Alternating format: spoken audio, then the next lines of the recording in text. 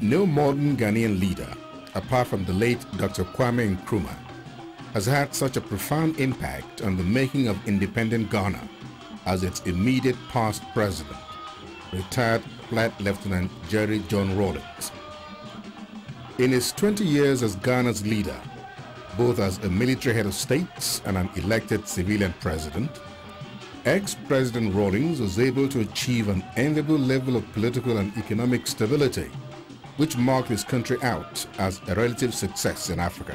It is also to his credit that he laid a firm foundation for his country's present democratic dispensation by returning Ghana to democratic rule in 1992.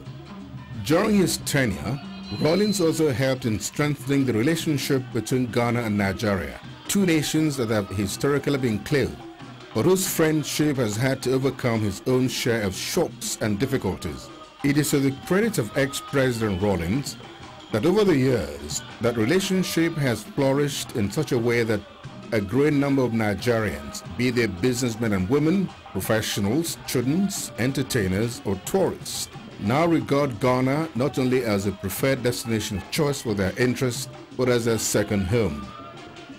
The occasion of the Grand House reception for someone as charismatic and personable as former President Jerry Rawlings of Ghana, as to be expected, drew an impressive array of guests to the Coliseum, who were just out to share an evening with Jerry Rawlings, the man who gave a new direction to Ghana and by implication the rest of Africa. Guests turned out in their very best to keep a date with an event variously described as the most glamorous and entertaining ever since the Grand House reception started at the Niteshift Coliseum.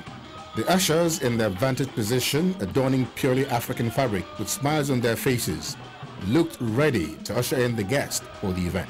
The respect Jerry Rawlings has acquired around the globe, including here in Nigeria, for a sterling record in office was very much in evidence as he arrived at the prestigious Niteshift Coliseum in Lagos on the occasion of the Coliseum's Grand House reception in his honor. The former Ghanaian leader, who was accompanied by his wife, Nana Konadu Adjomain Rawlings, and their 4 children, was received on arrival by the governor of the Coliseum, Mr. Ken Caleb Solomese, and other top members of the Coliseum. The occasion also brought together a cross-section of Nigeria's most distinguished citizens and society icons. The evening's program began with a special rendition of both the Ghanaian and Nigerian national anthems. This is followed by a special welcome by the Niteshift Coliseum.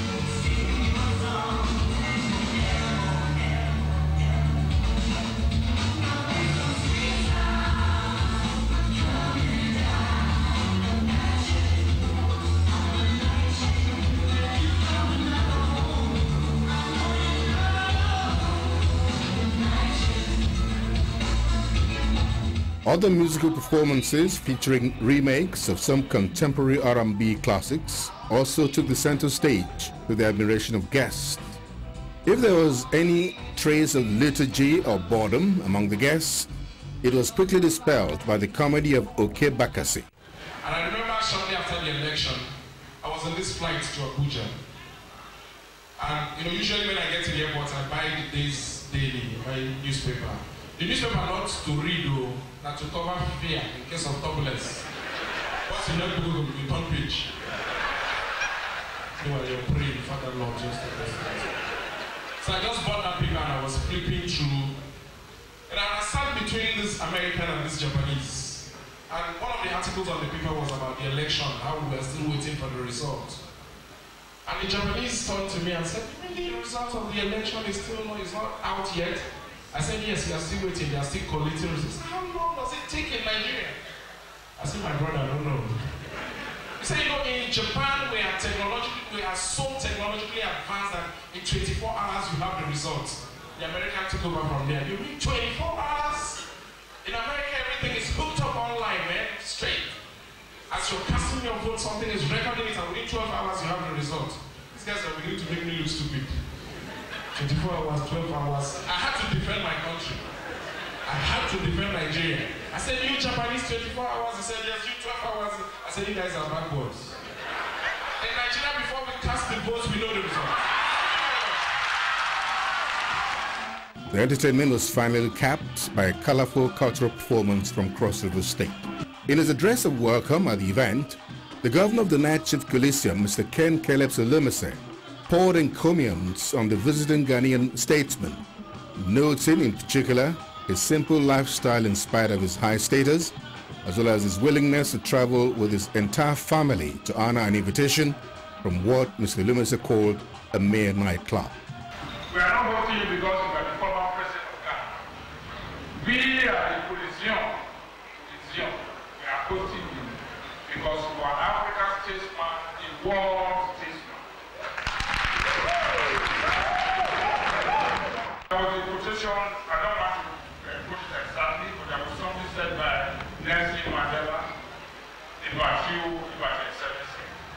When he said, of course, we are there for some years, about 20 years.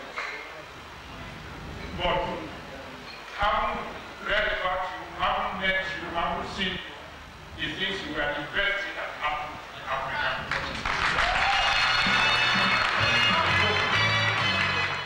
For the honor that you have given to the museum, for the honor that you give it fit to come to ordinary night, from this ordinary night, but we have to just go there for a go by a proper night. Because the quality of the audience says that I have very senior members on site. But Your Excellencies, I'm happy that you are here. Not very happy that you are here. With your gift, with your seat, this is really happy. Political election. And therefore, we must celebrate an African leader, an African statesman, and a world statesman. Ladies and gentlemen, help me one more time.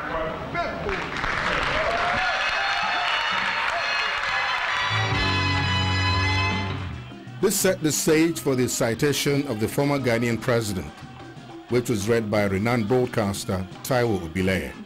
Following the citation, the former president was inducted into the platinum membership of the club by the senior members and was presented with a plaque symbolizing his new status by Dr. Sonny Kuku, a director of Echo Hospital in Lagos and a platinum member of the club. He was also presented with an exquisite sculptural piece by the Coliseum's resource team. Needless to say, Jerry Rawlings' stature as an African icon of our time means that any event in which he features anywhere in the world is bound to be a grade A media event. This grand house reception of the Niteshift Coliseum was no exception, as could be seen from the multitude of paparazzi and other media personalities that graced the event.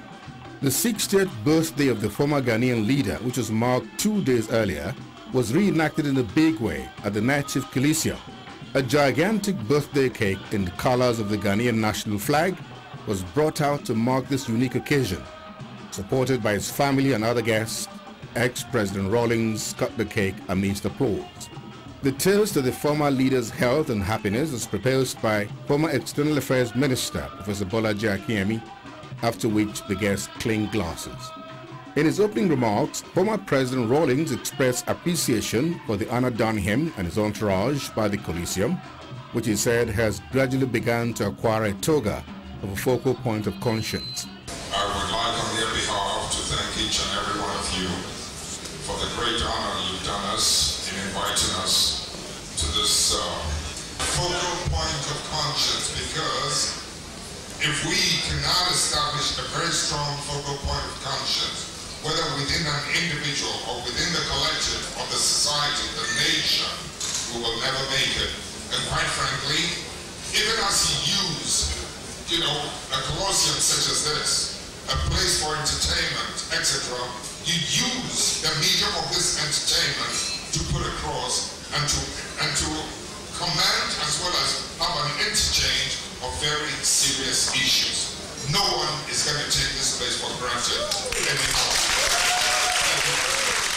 The question and answer session, which followed next, was anchored by the chairman, editorial board of the Guardian newspapers, Dr. Ruben Abati. In his responses to the respective questions put to him, a number of guests at the event, ex-President Rawlings showed glimpses of that combination of qualities, namely the force of character, his unwavering belief in the rightness of his cause, his deep understanding of Ghana's and Africa's problems, and the overpowering personality which marked his dominance of Ghanaian politics for about 2 decades.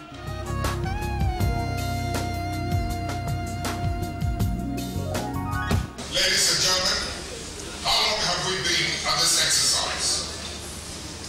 Up to this day, as you and I know, that we still have a problem even when we're crossing each other's borders. Ladies and gentlemen, you know that it's much easier, except for the humiliation that we sometimes go through, it's much easier to travel to Europe than it is to travel to a fellow West African country. There's a generation amongst you who may not know this, but until about 20 years ago, if you wanted to call Togo next door to Ghana, you couldn't call by telephone as you do today. You had to go through London to Paris, and Paris to Togo. Ladies and gentlemen, these are the kind of difficulties that we've gone through over the passage of time. It means the political power of Nigeria is so immense that if it's put to appropriate use, there's so much that you can do to change the political, social, and economic paradigm of Africa.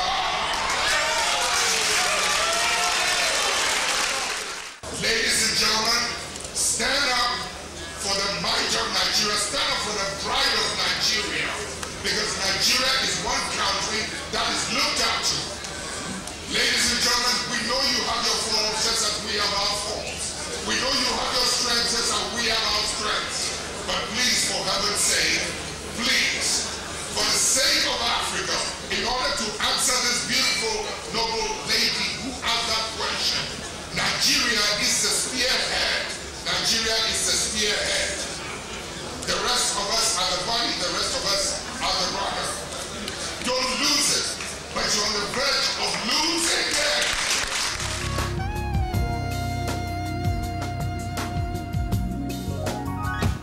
But I may very well have done so. I don't know whether I did it, but if I did it, I have no regrets about it. Because the Constitution of my country, I'm only trying to demonstrate what I was doing was nothing more than it was a symbolic gesture, but seriously demonstrating that people have died to ensure that truly we've been able to fashion a constitution that can give us true democracy. And if I can only shed one little blood, not my life, and and stamp it on that paper to demonstrate and to symbolize a situation, I have no regrets about it. Thereafter, the ex-president signed the guest register. Again, it was time for entertainment. Interestingly, this segment of the evening's program was kicked off by one of the ex-president's daughters. Our rendition was greeted with applause by the crowd and the obvious delight of our parents, especially ex-president Rawlings, who watched his daughter's performance with passionate attention.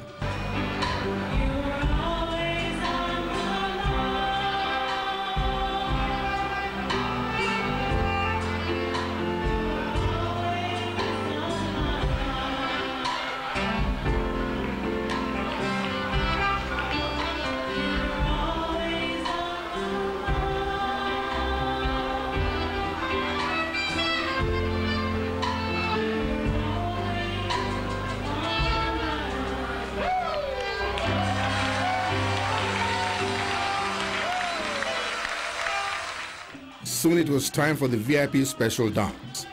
The former Ghanaian president and former first lady opened the floor as Sonny Neji, one of Nigeria's hottest pop artists, dished out some popular favorites. The Rawlingses were joined by other guests as the Grand House reception neared its close.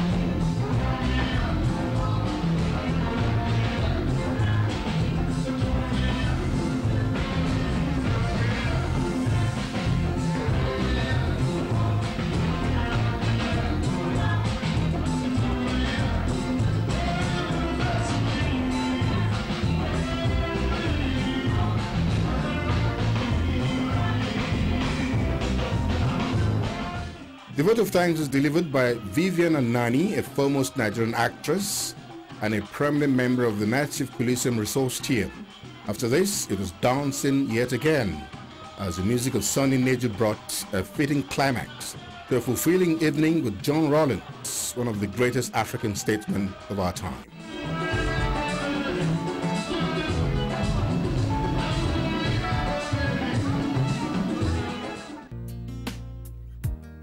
This is to inform the general public, especially corporate organizations, local, state, federal